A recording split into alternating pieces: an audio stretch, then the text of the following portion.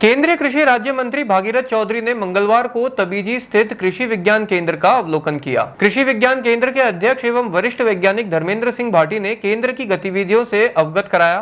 कृषि विज्ञान केंद्र में उन्होंने खरगोश पालन इकाई, एजोला उत्पादन, सिरोही बकरी पालन, सोलर स्पेयर, ड्रोन द्वारा स्पेयर, नेपियर घास, गिर गाय पालन, गौमूत्र संग्रह, लघु दाल मिल, लघु तेल मिल, सोलर ड्रायर तथा बीज विधायन केंद्र का निरीक्षण कर अधिकारियों के साथ चर्चा की। इन नवीनतम तकनीकों को खेत तथा किसानों तक पहुंचाने के निर्देश प्रदान किए व गौवंश को चारा खिलाया। उन्होंने प्रधानमंत्री रोजगार सृजन कार्यक्रम के अंतर्गत आयोजित बकरी पालन प्रशिक्षण में पशुपालकों के साथ संवाद भी किया। देखिए, हमारा देश कृषि प्रधान देश है।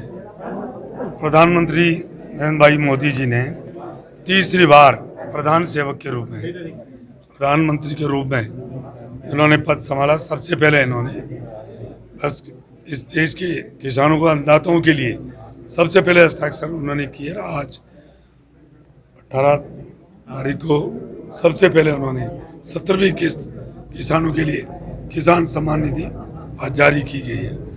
और विशेष तौर से महिलाओं के लिए, सखी महिलाओं को आत्मनिर्भर करने के लिए, महिलाओं को अपने पैरों पर खड़े करने के लिए, स्वावलंबी बनाने के लिए उन्होंने जो काम किया है, वास्तव में ये विकसित राष्ट्र बनने की ओर, ये परम वैभव पर पहुंचने के लिए एक बहुत बड़ी नींव की पत्थर लगी है।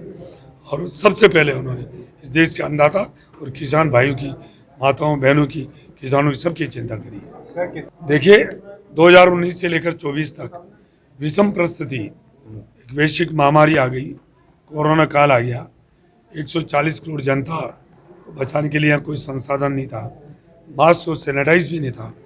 फिर भी मोदी जी ने, चाहे लॉकडाउन की बात हो, जनता कर्फ्यू की बात हो, चाहे ताली थाली दीपक शंख बजाने की बात हो, और इतना ही नहीं, पूरी दुनिया में पहले दफे सबसे बढ़िया वैक्सीन लाने की बात हो, 140 करोड़ जनता की बचाया।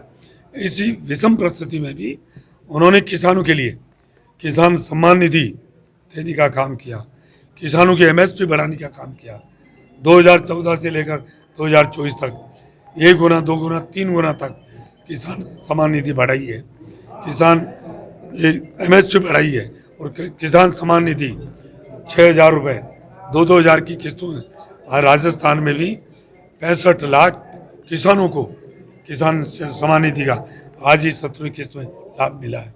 ऐसे किसानों की आमदनी बढ़ाने के लिए मोदी जी चाह रहे हैं कि किसान के घर में जब तक समृद्धि नहीं आएगी, अन्नदाता जब तक समृद्ध नहीं होगा, ये देश आगे विकसित राष्ट्र नहीं बन सकते।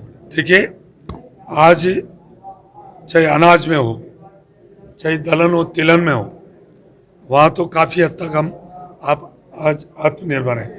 काफ़ी हद तक नहीं, आज वैश्विक महामारी कोरोना काल के बाद देखिए 4 साल में आज 80 करोड़ से ज़्यादा जनता को फिर अनाज दिया जा रहा है। ये किन के बलबूते पर?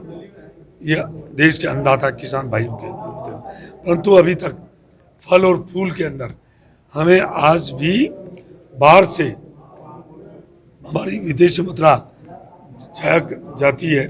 हम चाहते हैं कि हमारे वैज्ञानिक फल और फूल के ऊपर भी विशेष सर्च करें, अनुसंधान करें, और दुनिया में जो बेहतर फल और फूल है उससे ज़्यादा बेहतर हमारे इस देश में वैरायटी उपलब्ध कराएं, और अनुसंधान करके और हमारे देश में फल और फूल के आत्मनिर्भर नहीं बने, हम उसको निर्यात भी करें। ऐसा हम वैज्ञानिकों से, प्रधानमंत्री मोदी जी चाह रहे हैं फल और फूल में भी आत्मनिर्भर भी बने और हम विदेशों में भी उसका निर्यात करें। श्री अन्न में जो है जौ को शामिल करने के, देखिए, श्री अन्न वास्तव में जौ एक बहुत पौष्टिक तत्व है। मैं कहता हूँ, जिसको मोटा अनाज कहते थे, प्रधानमंत्री जी ने अब श्री अन्न का नाम दिया है। मैं कह रहा हूँ उसमें पौष्टिक तत्व है। आज गेहूं से बनी हुई चीज़ एक दफ़ा दोबारा हम गर्म करके उसको हम उपयोग में लेते हैं, तो मनुष्य के लिए नहीं, सबके लिए भी हानिकारक है। और अब चाहे जौ, बाजरा हो, जवार हो, मक्का हो, रागी हो, इनको आप दोबारा गर्म करके लेते हो तो इसमें पौष्टिक तत्व और बढ़ता है।